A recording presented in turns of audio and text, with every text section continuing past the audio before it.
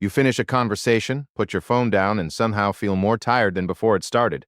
Not because the topic was heavy, not because anything went wrong. You just feel vaguely hollow, like something was taken from you that you cannot quite name. Most people blame themselves for this. They assume they are introverted, or socially awkward, or simply not good at people. But that framing misses something important about what actually happened in that conversation. This is not about your personality. It is about what your brain was doing the entire time you were talking. There is a specific kind of exhaustion that comes from conversations where your attention was divided. You were on a call while checking your email. You were in a meeting while also reading a Slack message on your laptop. You were texting someone while half watching a video, or listening to a colleague while mentally composing your reply before they had even finished speaking. These situations feel normal now. They have become the default texture of modern social interaction. But the tiredness that follows is not random. It has a structure to it, and understanding that structure changes how you see the experience entirely.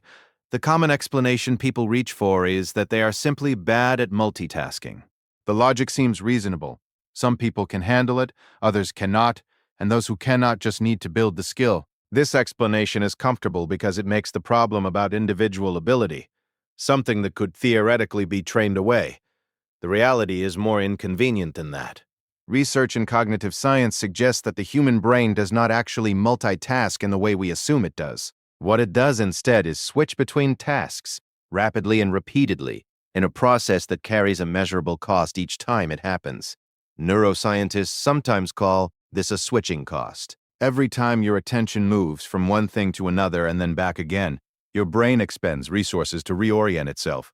The process is fast, but it is not free. Now apply that to a conversation.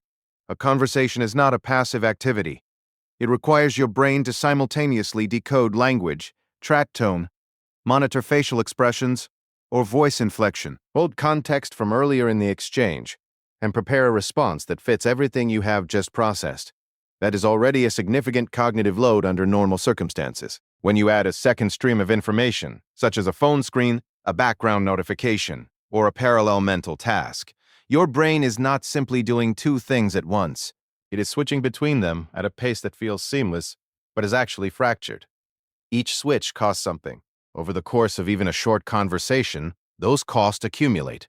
The social dimension makes this particularly draining in a way that pure task multitasking does not. When you are working on a spreadsheet and get distracted by an email, the spreadsheet does not notice. When you are in a conversation and your attention drifts, your brain registers something else entirely. The social context is still active, still demanding, still requiring you to appear engaged and process incoming signals. The conversation does not pause while you reorient. It continues, and you continue performing presence within it, even as your resources are fragmenting underneath that performance. Think about a common workday scenario.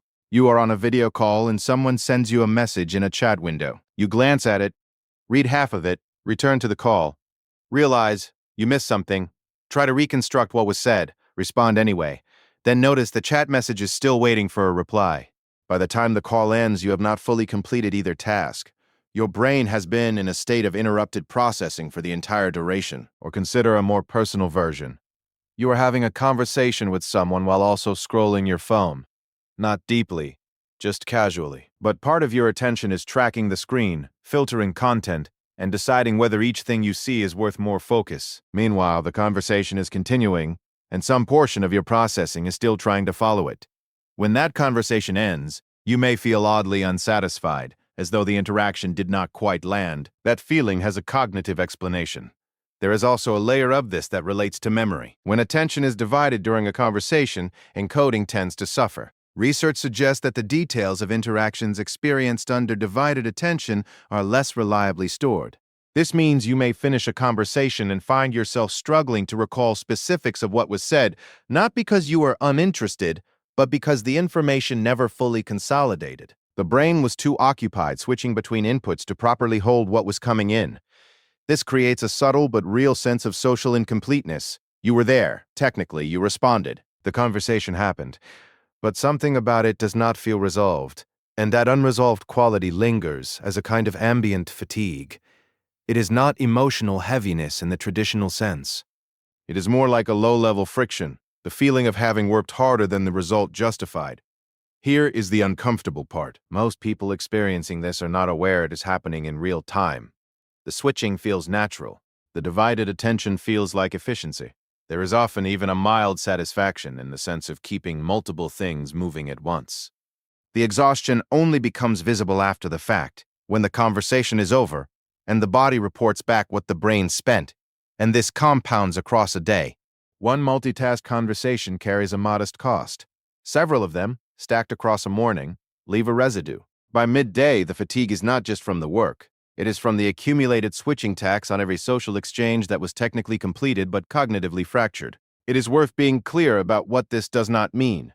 This is not a case for never multitasking, or for treating divided attention as some kind of moral failure. Human attention has always had limits, and modern environments are genuinely demanding in ways that are not always within individual control. Open-plan offices, constant notifications, and overlapping communication channels are structural features of many people's lives, not personal choices made in isolation. This also does not mean that every divided attention conversation leaves lasting damage, or that shallow interactions are meaningless. The research is describing a pattern in cognitive load, not issuing a verdict on how people should live. What it does illuminate is something most people sense but cannot articulate. The tiredness after a day full of conversations is not purely social. It is not simply the result of being around people, or talking too much, or being the kind of person who finds interaction effortful. A significant portion of it is the specific cost of attention that was never quite allowed to settle. Conversations that asked for presence and received something more fragmented. That distinction matters not because it changes what happened, but because it replaces a vague self-criticism with something more accurate. You were not drained because you failed at connection. You were drained because your brain was doing far more work than the experience appeared to require, and doing it without ever fully landing in one place. That is a different kind of understanding. It does not solve anything, but it does mean the tiredness was real. It had a reason, and it had nothing to do with who you are.